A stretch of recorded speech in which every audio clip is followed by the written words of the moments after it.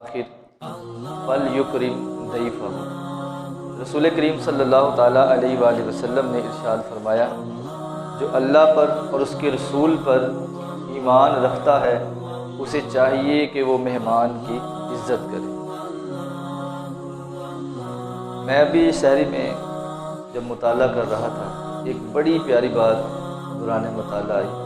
تو بعض اوقات کسی چیز کو پڑھ کے نہ بندہ کچھ دیر کے لیے خاموشی میں چلا جاتا ہے، وہ اتنی پیاری فضیلت ہوتی ہے یا اس میں اتنی زبردست ترغیب ہوتی ہے کہ بندہ سوچنے پہ مجبور ہو جاتا ہے۔ اس طرح کی ایک فضیلت جو ہے وہ مہمان نوازی کے حوالے سے بھی ہے۔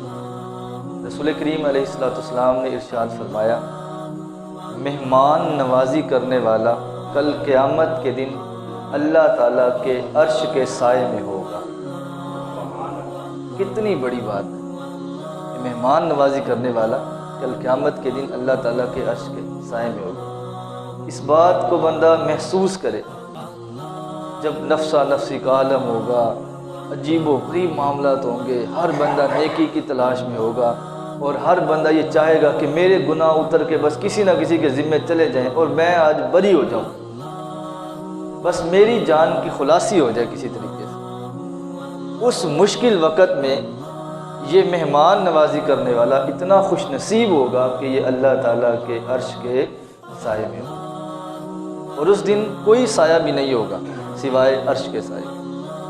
اور اس کی فضیلت جو ہے وہ بہت زیادہ ہے، لیکن اتنا ہی ہم دنیا کی طرف مائل ہونے کے ساتھ ساتھ اس سے تھوڑا سا دل کترانے لگ گیا، ہمارا تھوڑا سا دل کھچا جاتا ہے۔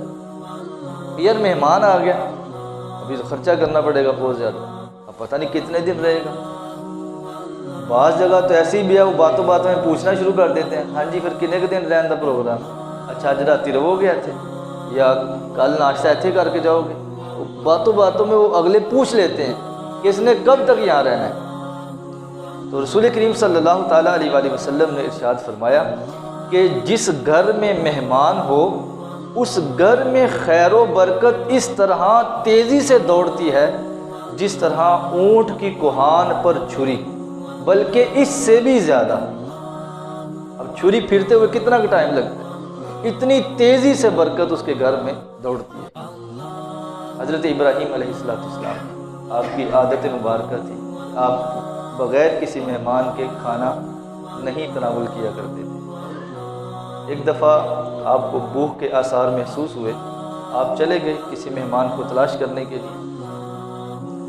ایک 60 یا 80 سال کا بزرگ آپ کو ملا، آپ نے اسے دعوت دی کھانے کی، گھر والوں کو آپ کھانا تیار کرنے کے لیے کہہ گئے تھے۔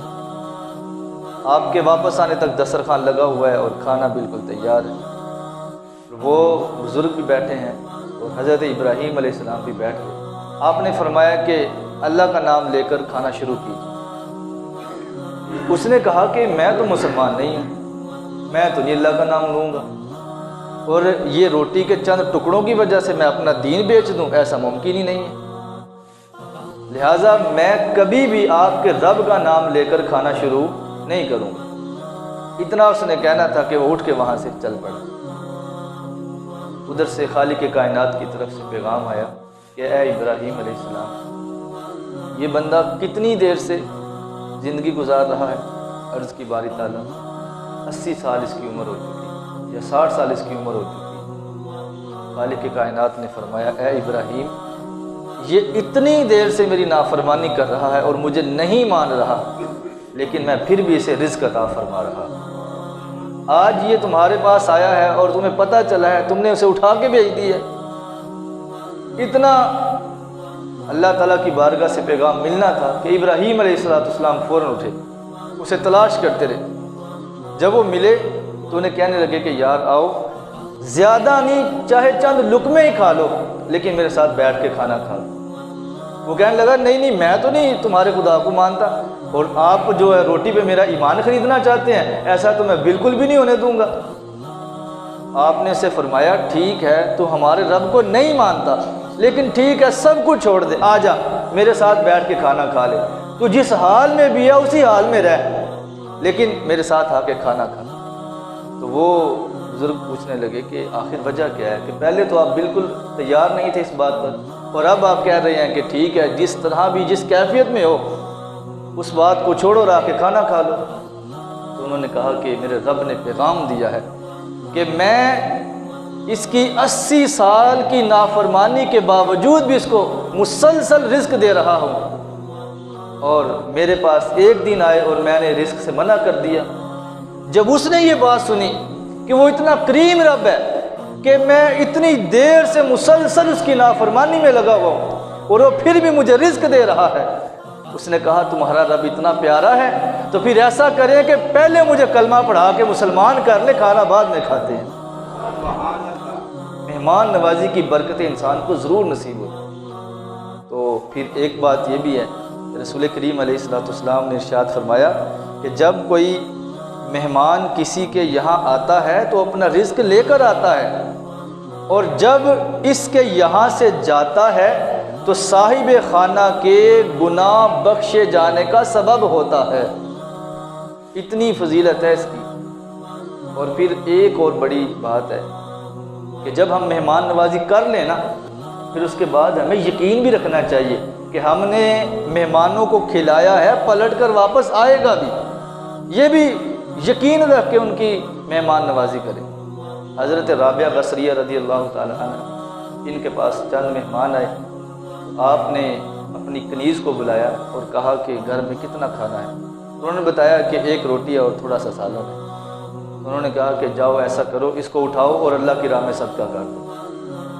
کنیز تعجب میں آ گئی، کہنے لگی کہ پہلے مہمان گھر میں آئے ہیں اور کھانا تھوڑا ہے، بجائے کہ کھانے کا انتظام کرنے کے کہہ رہے ہیں کہ یہ بھی صدقہ کر دیں۔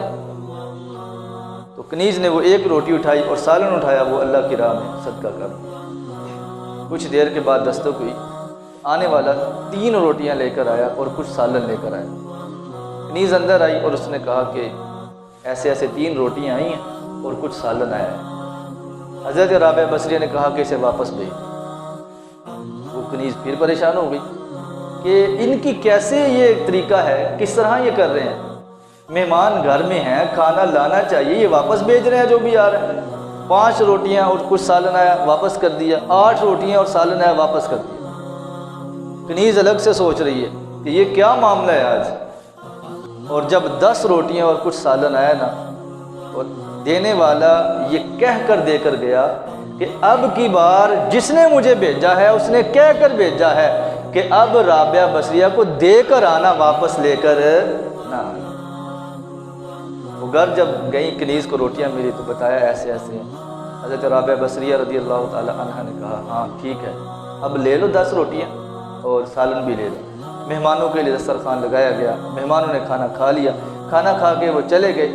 اب وہ کنیز آئی اور آ کر عرض کرتی ہے کہ مجھے آپ کا یہ عمل سمجھ میں نہیں آیا، پہلے روٹی ایک تھی، کچھ سالن تھا، وہ آپ نے صدقہ کروا دیا، 3 روٹیاں ہی واپس کر دی، 5 ہی واپس کر دی، 8 ہی واپس کر دی، اور پھر 10 آئی تو وہ کیوں رکھ لی؟ وہ بھی واپس کر دینا چاہیے تھا۔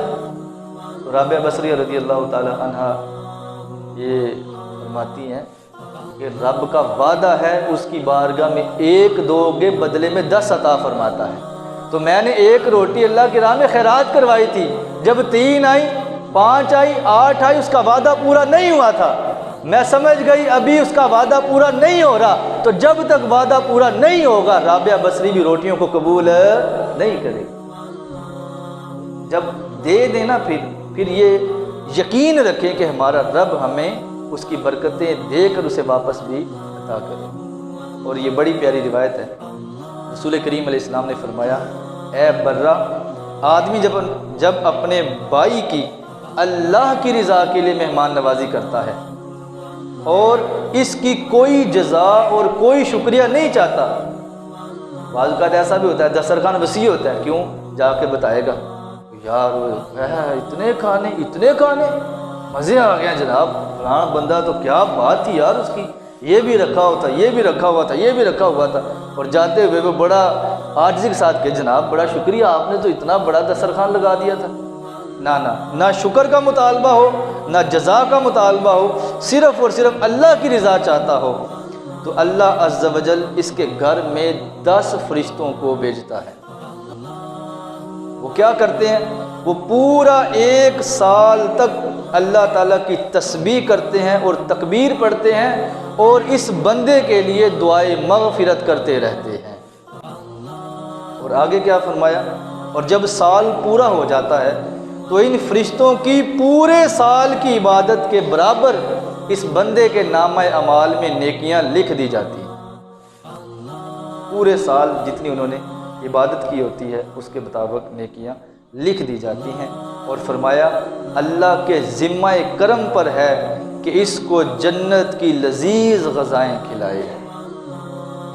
مہمان نوازی کا ہمیں شوق ہونا چاہیے اور ہمیں بڑھ چڑھ کر اس میں حصہ لینا چاہیے۔ اگر کوئی مہمان آ جائے اسے یہ محسوس نہ ہونے دے کہ وہ ہم پر بوجھ ہے، بلکہ اس کو اس طرح اس کے ساتھ پیش آئے کہ وہ واقعی ہی سمجھے کہ یار میں فلاں کے گھر گیا تھا، اس نے میری بڑی عزت کی۔